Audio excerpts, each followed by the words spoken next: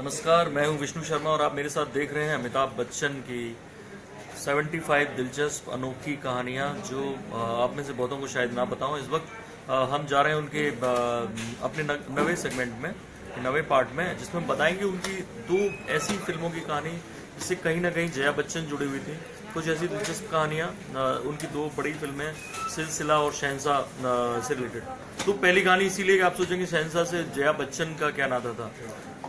ये बहुत कम लोगों को पता है कि शहंशाह का जो आइडिया था, ये हमारी पहली कहानी है कि शहंशाह का जो आइडिया है, जो स्टोरी थी, बेसिकली वो जया बच्चन की थी। अभी आप फिल्म देखेंगे, उसके बारे में सर्च करेंगे तो आपको ये मिल जाएगा।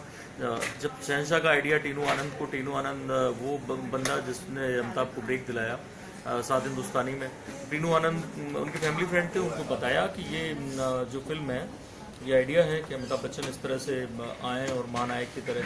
शहंशाह बिल्कुल अलग तरह का रोल था, तो जब उनको बहुत पसंद आया टीनू आनंद ने, क्योंकि अब स्क्रीन प्ले वगैरह पूरी स्टोरी डेवलप नहीं कर सकती थी जया बच्चन, तो वो स्टोरी दे दी गई इंदर राज आनंद को। तो ये सबसे बड़ी बात है, इंदर राज आनंद टीनू आनंद के फादर थे और बहुत अच्छे राइटर थे। राज कपूर की कई फिल्में लिखी। इंदर राज आनंद के लिए एक तरह से आखिरी फिल्म थी। उस फिल्म का क्लाइमैक्स सीन जो था उन्होंने डेथ बेड में मरते वक्त लिखा था इंदर राज आनंद ने। तो वो जो शहंशाह फिल्म थी, उसके बाद इसका स्क्रीन प्ले किसी संतोष ने लिखा, संतोष सरोज, और पूरी स्क्रिप्ट लिखी इंदर राज आनंद, टीनू आनंद के फादर ने। लेकिन जो कहानी का बेसिक आइडिया था, जो कहानी थी, वो थी जया बच्चन की। इसके बाद हम दूसरी चीज, जो असली चीज शहंशाह में थी डायलॉग्स के अलावा, वो था गेटअप। अमिताभ बच्चन का जो गेटअप था वो स्पेशली डिजाइन किया गया था। एक बड़ा भाई करके एक फैशन डिजाइनर थे, उन्होंने डिजाइन किया था। लेकिन हुआ क्या कि जैसे ही शहंशाह शुरू हुई, अमिताभ बच्चन पॉलिटिक्स, यहाँ वहाँ बीमारी, तमाम सारी मुश्किलों में फंसे हुए, तो शहंशाह की शूटिंग रोक देनी पड़ी और ड्रेस बन के तैयार हो गई थी। 14 किलो वजन था उसका। तो अब जब हुई तो इसी वक्त एक ऐसा हीरो जो एक और फिल्म बना रहा था, उसे उसी तरह के गेटअप की जरूरत थी। जब उसे लगा कि शहंशाह नहीं बनेगी, तब जाके ये उन्होंने क्या किया कि उस फैशन डिजाइनर से वो ड्रेस मांगी। वो जितेंद्र एक फिल्म बना रहे थे, आग और शोला। मैं आपको वो सीन दिखाऊंगा, वो जिसमें जितेंद्र वही जैकेट पहन के जाते हैं, और ये फिल्म थी आग और शोला। ये सीन देखेंगे आप, ये आग और शोला फिल्म का है। जितेंद्र वापस आए वही जैकेट उतर, आप देख सकते हैं कि वही उसी गेटअप में है जितेंद्र।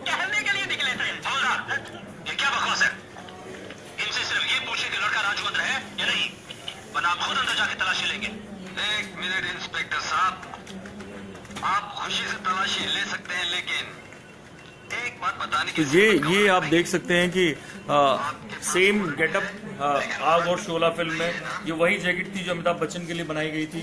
और इस ड्रेस को, इस यूनिफॉर्म, या आप कुछ भी कह सकते हैं, इस गेटअप को पूरा, जिसमें एक हाथ था, उसमें जैकेट थी 14 किलो वजन की, बड़ा भाई करके एक फैशन डिजाइनर ने डिजाइन किया था। इसको लेके जितेंद्र चले गए आग और शोला फिल्म के लिए। जब अमिताभ बच्चन ने वापसी की, दोबारा शहंशाह की शूटिंग रिज्यूम की, तब जाके ये तय हुआ कि नहीं, अमिताभ बच्चन की दूसरी ड्रेस डिजाइन करनी पड़ेगी। दूसरी ड्रेस डिजाइन हुई, तब जाके शहंशाह का आपने वो गेटअप देखा जो फिल्म में बड़े पर्दे पर देखा। आग और शोला पिट गई, लेकिन शहंशाह सुपर हिट हुई। मैं एक तीसरी कहानी इससे रिलेटेड है, शहंशाह से, जो बताना चाहूँगा। टीनू आनंद से दोस्ती मैं बता चुका हूँ कई बार, कितनी ज़बरदस्त थी अमिताभ बच्चन की। लेकिन शहंशाह के सेट पे दोनों के बीच इतना बड़ा झगड़ा हुआ कि 3 घंटे तक अमिताभ बच्चन ने शूटिंग नहीं की। तो दरअसल मैं इसके लिए एक सीन दिखाना चाहूँगा आपको शहंशाह का। वो सीन था इस झगड़े की जड़। ये जो सीन है जिसमें अमिताभ बच्चन इंस्पेक्टर के रूप में लेके जा रहे होते हैं अमरीश पुरी को, और उसको लोग छुड़ाने की कोशिश करते हैं, और तब जाके यहाँ आप देख रहे हैं अमिताभ बच्चन को वर्दी में अमरीश पुरी को लेके आए हैं कोर्ट में। दरअसल इस सीन के लिए अमिताभ बच्चन चाहते थे कि वो वर्दी ना पहने, क्योंकि वो पूरी फिल्म में वर्दी पहनने से या तो दो तरह की उन्हें गेटअप में रहना पड़ रहा था, या तो उस पुलिस की वर्दी में, और या फिर उन्हें रहना पड़ रहा था शहंशाह के गेटअप में। तो अमिताभ बच्चन ने टीनू आनंद के सामने ये शर्त रखी कि नहीं भाई, मैं लास्ट सीन में बिल्कुल वो, और कई फिल्मों में इस तरह का कर चुके हैं कि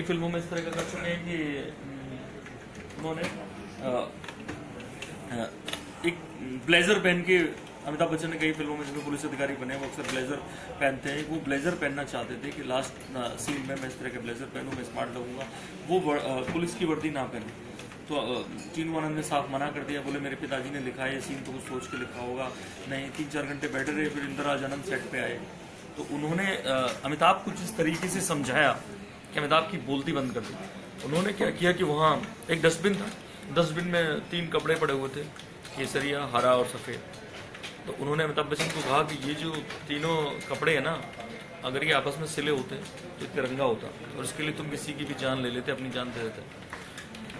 जिस तरह से ये तिरंगा जो है देश की शान है, देश की आन है, बान है, कोई भी इसके लिए जान ले सकता है, ऐसे ही एक पुलिस ऑफिसर अपनी वर्दी के लिए किसी की जान ले सकता है, जान दे सकता है। तुम उस वर्दी की वैल्यू उस तरह से समझो।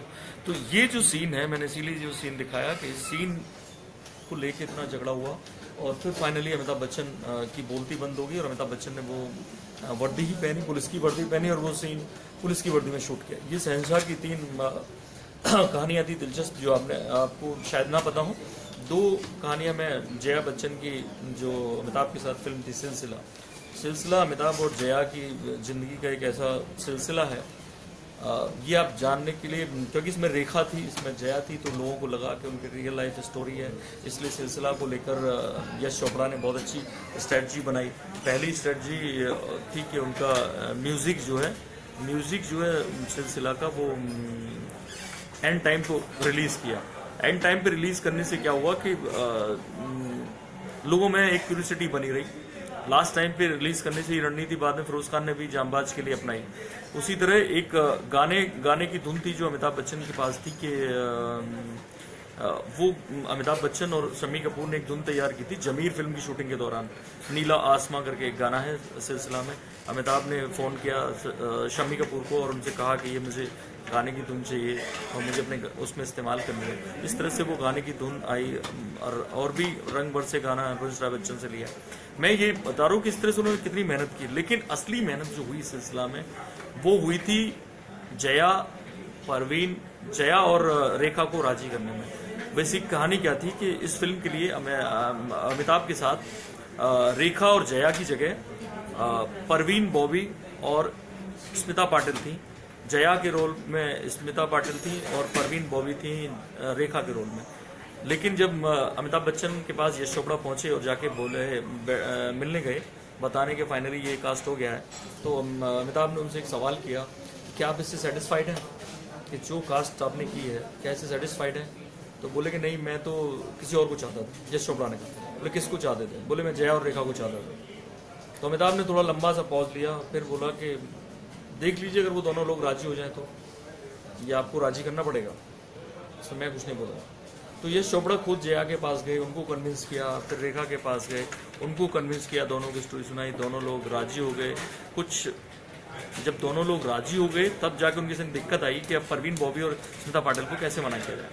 तो परवीन बॉबी से यश चोपड़ा के अच्छे रिश्ते थे, वो उनकी बहुत इज्जत करती थी, उन्होंने मान लिया। लेकिन स्मिता पाटिल थोड़ा सीनियर एक्ट्रेस भी थी और थोड़ी संजीदा एक्ट्रेस भी थी।